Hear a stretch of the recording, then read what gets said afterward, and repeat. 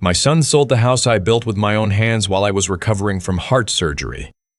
He thought a 68-year-old widower with a fresh scar down his chest wouldn't have the strength to fight back. He came back from his Bahamas vacation tan and grinning, expecting to find me grateful for the assisted living brochure he'd left on my nightstand. But when he walked into what he believed was now legally his property, the look on his face when he saw who was sitting at my kitchen table is something I will carry with me until the day I die. A week before that, I had found something in the attic that changed everything. Something he thought I'd never have the energy to climb up and look for. If you think the dinner waiting for him was a surprise, wait until I show you what was inside the blue accordion file behind my late wife's wedding dress. Tell me in the comments where you're watching from tonight. I want to know who's hearing this. It was a Tuesday in early March when I came home from Mercy General in Asheville with 12 staples in my chest and a prescription bottle that rattled in my pocket like loose change. My son had picked me up. He was 41 years old and he drove the way he always had, one hand on the wheel, the other on his phone, making me grip the door handle every time he took a curve. The mountain roads up to my place in Black Mountain are not roads you drive that way. I didn't say anything. I never did. The house came into view at the top of the ridge. The cedar siding I'd hand-stained in 1989. The wraparound porch where my wife used to sit with her crossword puzzles every morning, until the cancer took her in 2017. 8 years gone, and I still set out 2 coffee cups some mornings before I remembered. He pulled into the gravel drive and didn't even kill the engine. "You good, Pop?" I was holding the discharge folder against my chest. My ribs felt like somebody had been working them over with a ball-peen hammer. "I can manage. I gotta run, got a thing." He didn't look at me. "I'll check on you tomorrow. There's some Ensure in the fridge and I had a girl come clean the place. You should be set." He didn't help me with my bag. He didn't walk me to the porch. I stood there in the cold March wind, watching his Lexus disappear down the switchback. And I thought about how his mother would have killed him for that. Then I climbed the 7 porch steps one at a time. Rest, breathe, one at a time, like the cardiologist taught me.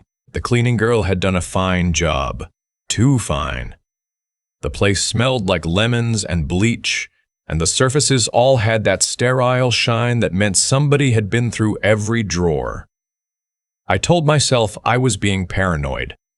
The bypass had been 5 hours long. The anesthesia plays tricks.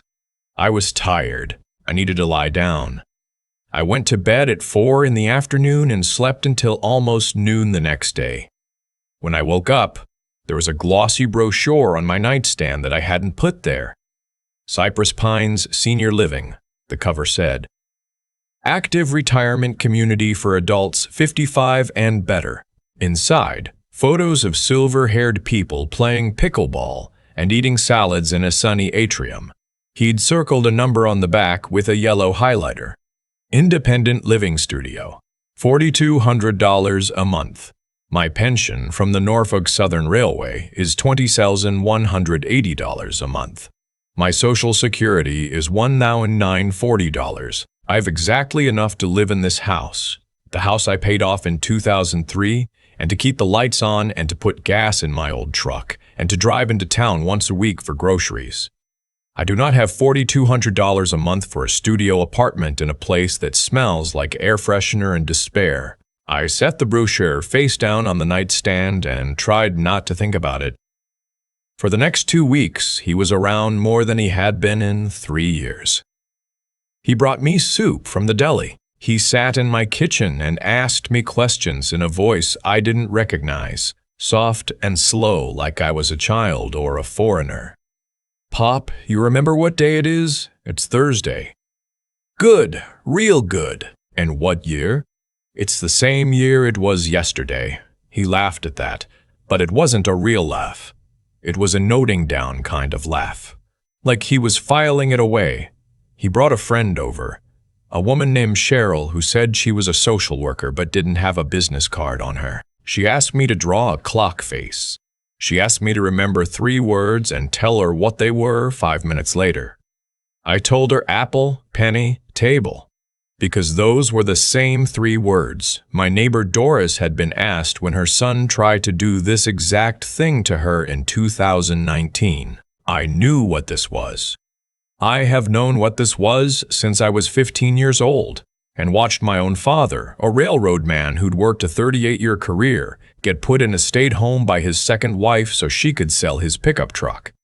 I have a long memory for this kind of betrayal. I drew the clock. I remembered the 3 words.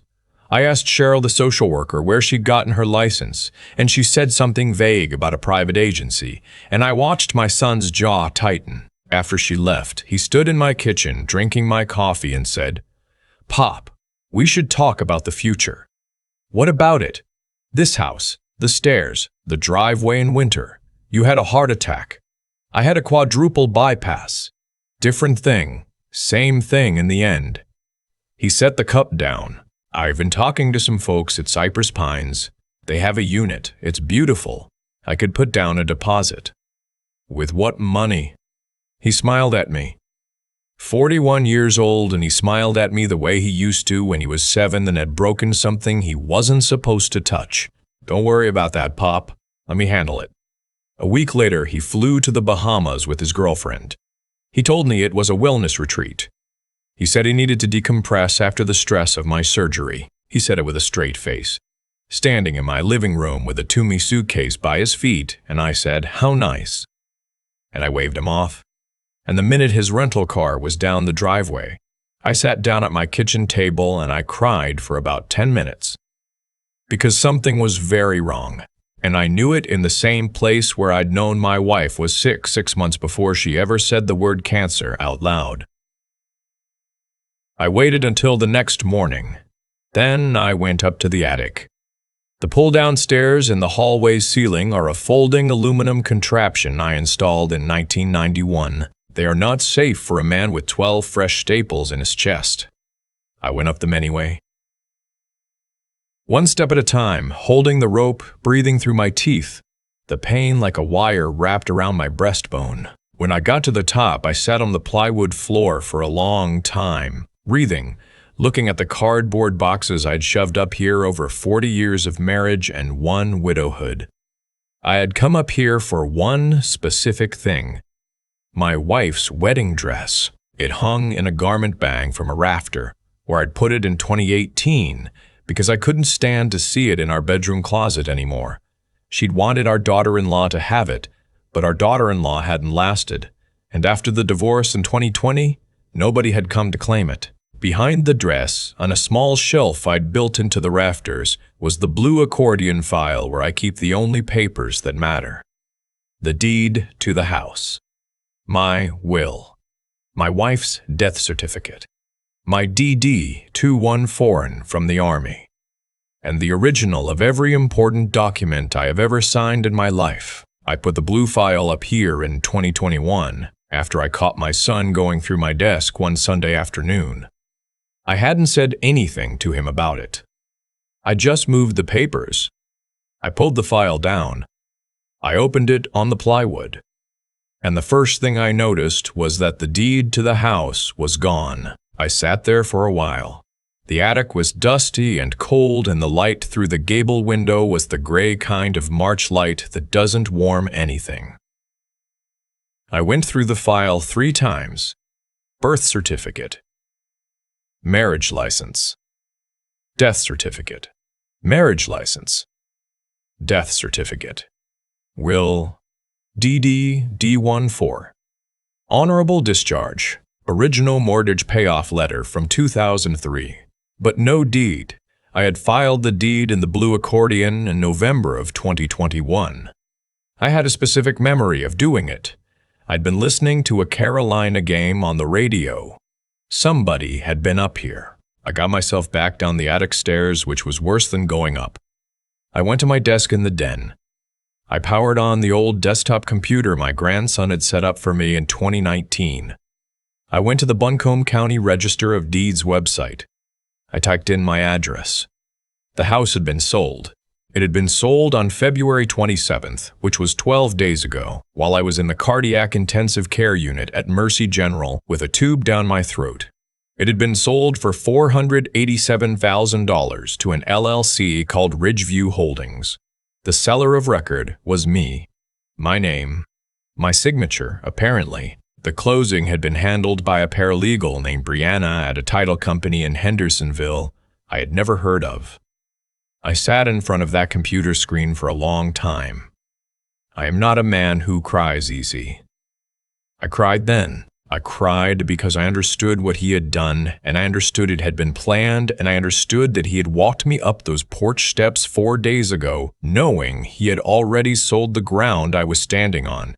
Then I stopped crying, because crying is not what fixes things. I picked up the phone and I called Roy Whitlock. Roy and I had worked the rail line together from 1979 to 2014. He'd retired the same year I did, and had gone back to school at 61 and gotten his paralegal certificate, and now he did pro bono work for the Veterans Legal Aid Clinic in Asheville 2 days a week. He answered on the third ring. "Roy, it's me. I need help." He didn't ask any questions. He said, "How fast?" "Today, if you can." He was at my house in 40 minutes. I told him the whole thing in my kitchen, the soup my son had brought me, the social worker who wasn't a social worker, the brochure, the Bahamas, the deed. Roy listened with his hands folded on the table like he used to do at union meetings.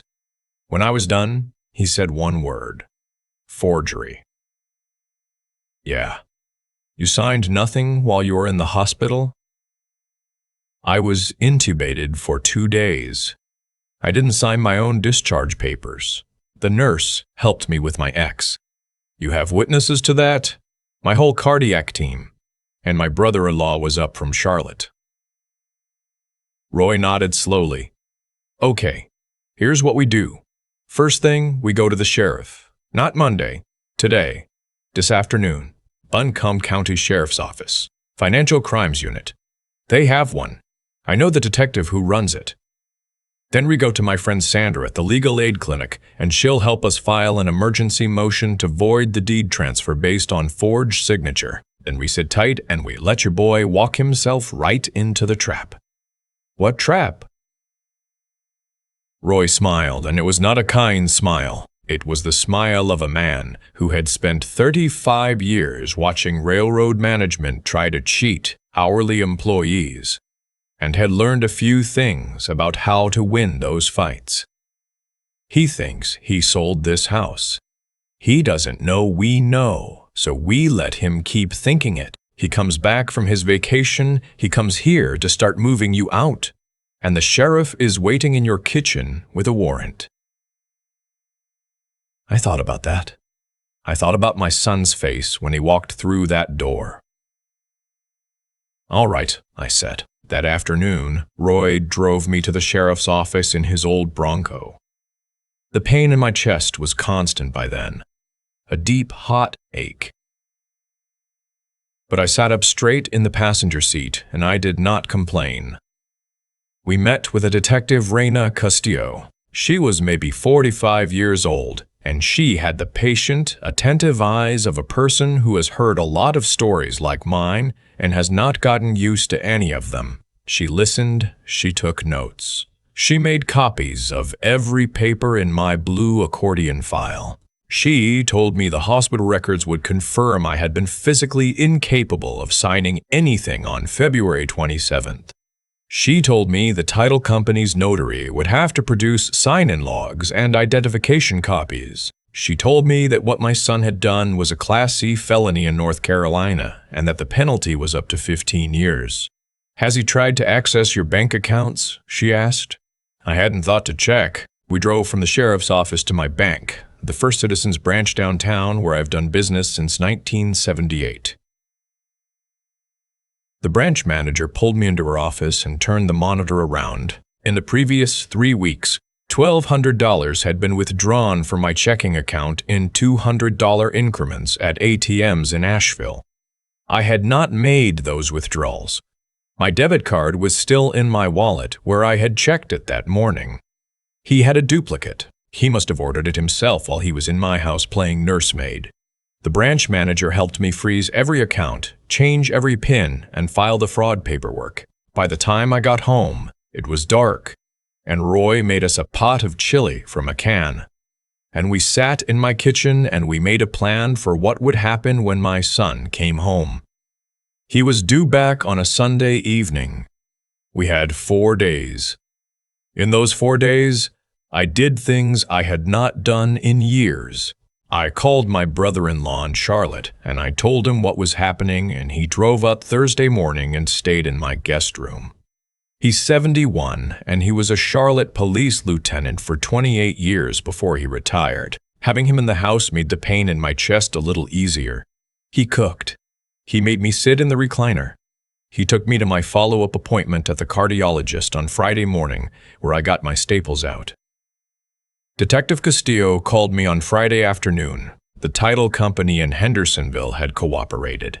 The notary's logbook for February 27th showed that I had supposedly come in person with photo ID and signed a deed transfer at 2:15 in the afternoon. At 2:15 in the afternoon on February 27th, I had been in a hospital bed in the cardiac ICU on a ventilator. The notary, when shown the photo of me from my driver's license, admitted she had never seen me before. The person who had come in to sign was a man who said he was my son's friend, a man in his 30s with sandy hair and a tattoo of an anchor on his left forearm. The notary remembered him because she had thought it strange that a son was so young. It was not my son who had walked into that office. It was a stand-in. Probably one of the buddies my son drank with on Friday nights at the brewery in the River Arts District. The kind of buddy who would do you a felony favor for $5,000 cash. The investigation widened. By Saturday, Detective Castillo had identified the stand-in, a man named Curtis Powell who had a prior conviction for check fraud and who lived in a trailer outside Weaverville. By Saturday evening, Curtis Powell had been picked up and had begun talking. He had been paid $8,000 by my son.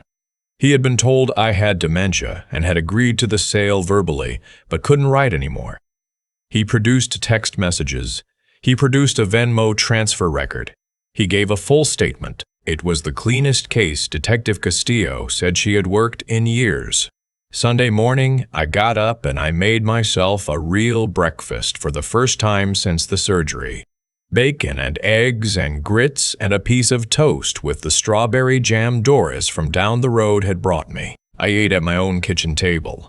I drank a cup of coffee from the same blue ceramic mug my wife had bought me for our 40th anniversary in 2014. Roy and my brother-in-law came over at 9. Detective Castillo came over at 11 with another detective and a deputy in uniform. By noon, there were 4 law enforcement officers in my house and we were ready. My son's flight landed in Charlotte at 2:40. He had texted me that morning, the first text in 5 days. Heading home. Be there around 6. Big talk tonight, Pop. I knew what the big talk was. He was going to tell me that the house was sold, that the money had been used to put a deposit on Cypress Pines, that he had handled everything because he loved me. He was going to walk in expecting tears, maybe some anger, but ultimately, submission. A 68-year-old man with a fresh scar down his chest and no money and nowhere else to go. He pulled into the driveway at 6:17. I heard his car.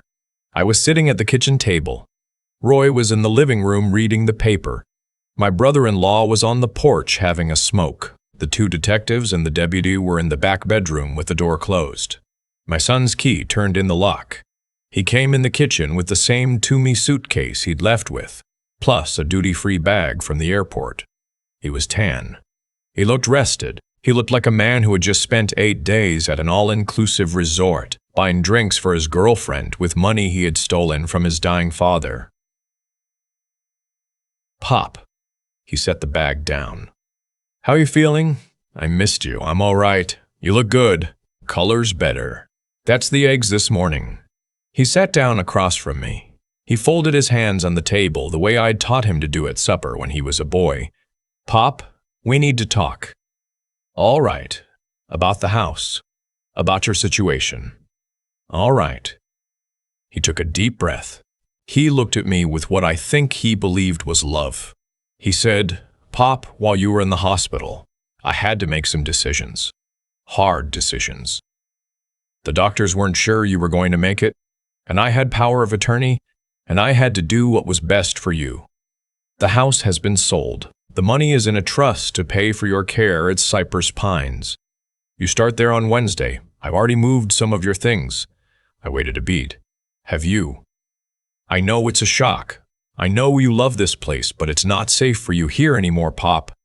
"The doctors agree. The social worker agrees. I did this because I love you." I looked at him for a long time. Across that kitchen table, in the house I built, in the chair I had carved out of a slab of black walnut in 1992, I looked at the boy I had taught to fish, and the man he had grown into, and I felt the thing in my chest that wasn't the surgery, the thing that was older and deeper and that I have never had a good word for. I said, "Son, did you ever have power of attorney over me?" He didn't even hesitate. "Yes, Pop. You signed it last year. You don't remember. Bring it to me." "The document. It's at my house. I'll bring it tomorrow." "You don't have it." "Because I never signed one." Something flickered in his face, just a flicker. He recovered. "Pop, you're confused. The surgery, the medications, it's hard on the memory. We talked about all this last summer."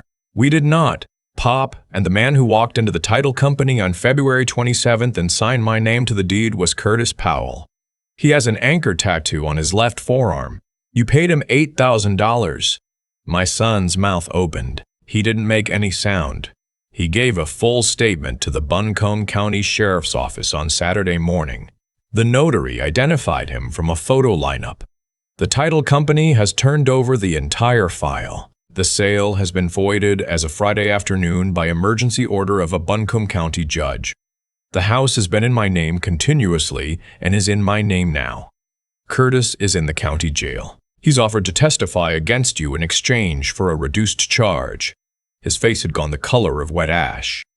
I said, "Detective Castillo, would you come in, please?" She came out of the back bedroom. She was followed by the second detective and the deputy in uniform. My brother-in-law came in from the porch. Roy stood up from the living room couch and walked into the kitchen with his hands in his pockets. Detective Castillo said, "Son, I need to ask you to put your hands on the table where I can see them. You have the right to remain silent." He put his hands on the table.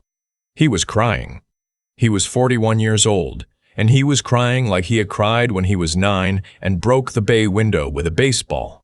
"Pop, please, Pop, Pop, please, Pop, listen to me."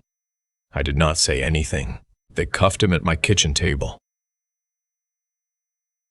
They walked him out my front door, down the 7 porch steps, to the cruiser parked at the bottom of the drive. I watched from the porch with my brother-in-law's hand on my shoulder. I did not wave. I did not call out. I stood there in the cold March air, and I watched the cruiser roll down the switchback, and I felt my wife standing next to me, the way I have felt her sometimes in the 8 years since she died, in the kitchen at certain hours of the morning, in the garden in late summer when the tomatoes come in. I felt her there, and I heard her say what she always said when somebody disappointed us. Well, there it is. Roy stayed for dinner. My brother-in-law stayed 2 more nights. Detective Castillo called me Tuesday morning to tell me my son had been formally charged with 2 counts of financial elder abuse, 1 count of forgery, 1 count of conspiracy to commit forgery, and 1 count of grand larceny. The district attorney was seeking a sentence in the range of 8 to 12 years. Curtis Powell would do 18 months and lose his anchor tattoo in a prison fight. But I didn't know that yet. My son's girlfriend, who had been on the Bahamas trip with him and had known about the plan and had even helped him select the assisted living facility, was charged the following week with conspiracy. She took a plea deal and testified against him. I thought it was over then. I thought I could go back to my coffee and my kitchen and my house and the long quiet of a life that was finally my own again. That was when the internet got involved. My son, sitting in the Buncombe County Detention Center awaiting trial, somehow had a cousin on the outside who decided to tell the story his way. She made a TikTok video. In it, she explained that her uncle had been the victim of a cruel elderly father, a man who had cut his only son out of his life over a misunderstanding, who had used his connections in law enforcement to frame an innocent, loving caregiver, who was now sitting alone in a mountain house with no family because of his own bitterness and pride. The video got 2 million views in 3 days. Strangers started calling my house. The phone would ring at 1 in the morning, and somebody would scream that I was a monster. Somebody egged my truck in the parking lot of the IGA in Black Mountain. A woman from Oregon mailed me a letter telling me I would die alone and that I deserved it. A reporter from the Asheville paper called and asked for my side. I sat at my kitchen table and I felt very tired. Then Doris from down the road, who is 74 years old and runs a YouTube channel about heirloom seed gardening that has somehow accumulated 38,000 subscribers, knocked on my door with a tripod under her arm and said, "Honey, we are going to fix this." I have known Doris for 31 years. She and my wife used to put up tomatoes together every August. She set up her camera in my kitchen. She made me wear my good cardigan.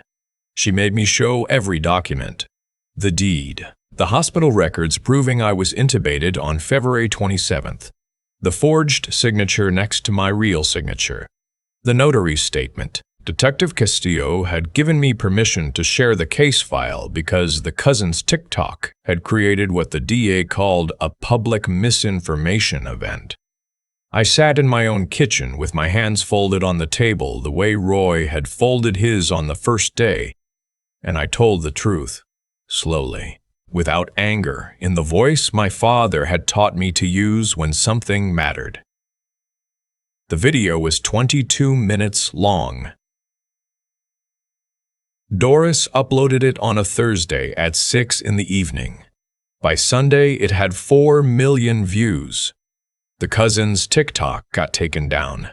The strangers stopped calling. The letters from Oregon stopped coming. The reporter from the Asheville paper wrote a follow-up story that ran on the front page of the Sunday edition. I got letters from veterans in 17 states. I got a letter from a woman in Topeka, Kansas, who said she had been about to sign over her power of attorney to her son and had now changed her mind. I got a letter from a man in Bakersfield, California, who said he had cried watching the video and had called his 80-year-old father, who he had not spoken to in 4 years, and they were going to spend Easter together. I read every letter. I answered the ones with return addresses. It took me until June. My son pled guilty in August. He got 10 years. He will be eligible for parole in 5. I have not gone to see him, and I do not intend to. I am 68 years old. I live in the house I built. The scar down my chest has faded to a pale silver line that I see in the mirror every morning when I shave. The garden is in. Doris helped me plant it. There are tomatoes coming on the south side, the same heirloom variety my wife loved, and there are pole beans on the trellis I built last week. I can climb the porch steps 2 at a time now, although I usually take them 1 at a time because there is no longer anyone telling me to hurry.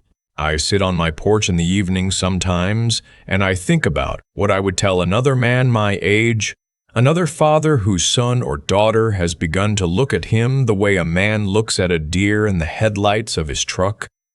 I would tell him this: the people who love you do not need power of attorney over you.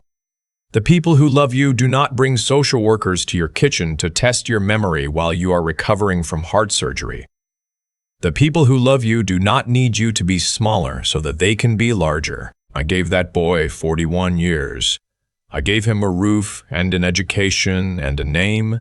I gave him every Christmas of his childhood and every birthday and 1,000 mornings of pancakes. I gave him my time and my money and my patience. The one thing I should have given him, the one thing I never managed to give him, was the word no. I never told him no, not once that I can remember.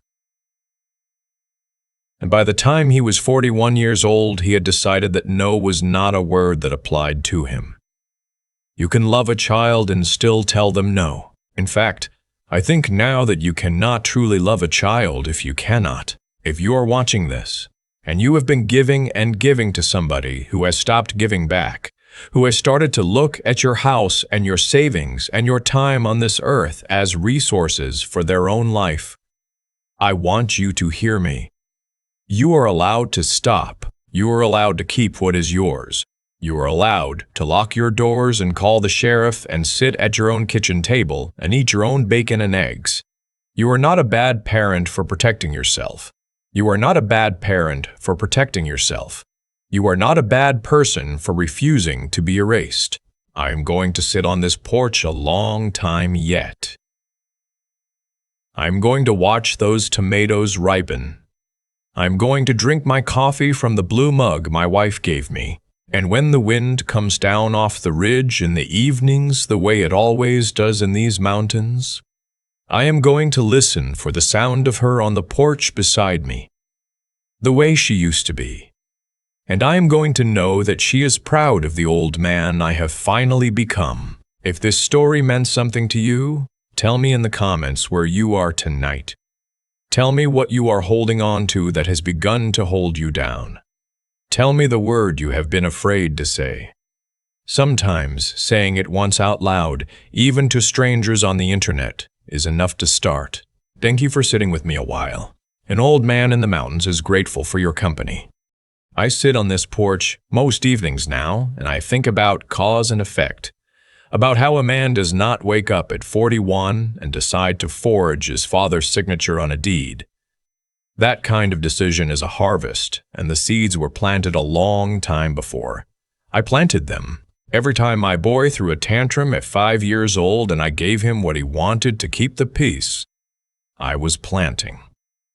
Every time at 12 he lied to my face and I let it slide because his mother said boys will be boys, I was planting. Every time at 22 he asked for money and I gave it without asking what for, I was planting. I grew that orchard with my own 2 hands over 4 decades. The fruit came in on a Tuesday in February, while I was on a ventilator in Asheville. I cannot pretend I did not know what tree it fell from. Here is what I learned and what I want you to learn if you have a son or a daughter or a grandchild who has begun to look at you sideways. Character is not weather. It does not just happen to a person. It is built one small decision at a time, the way I built the cedar siding on this house in 1989, board by board, season by season. If you do not require honesty from a child when they're 7, you will not get it from them when they are 40. If you do not let them feel the small consequences of small wrongs, life will eventually hand them the large consequences of large wrongs, and you will not be able to save them. I could not save my boy. He is in a state facility in Marion now, and he will be there until he is 51 years old, and I did not put him there. He walked himself in. The other thing I learned is that an old man is not as weak as the world tells him he is. When Roy Whitlock sat at my kitchen table that first afternoon with his hands folded, I felt something come back into my chest that I had not felt since my wife died. Some men call it fight. I call it standing up. I had 12 fresh staples and I climbed up into my own attic. I drove to the sheriff's office with my chest on fire. I sat across the table from my own son in my own kitchen, and I did not flinch when I said the words that ended him. Strength at 68 does not look like strength at 38. It is quieter. It does not need to raise its voice. but it is there if you reach for it, and reaching for it is itself a kind of dignity that no one can sell out from under you. If something I said tonight rang a bell in your own life, do not let it stop ringing. Sit with it, then act on it tomorrow, while you still have tomorrow to act on. An old man in the Blue Ridge is wishing you the courage of your own kitchen table.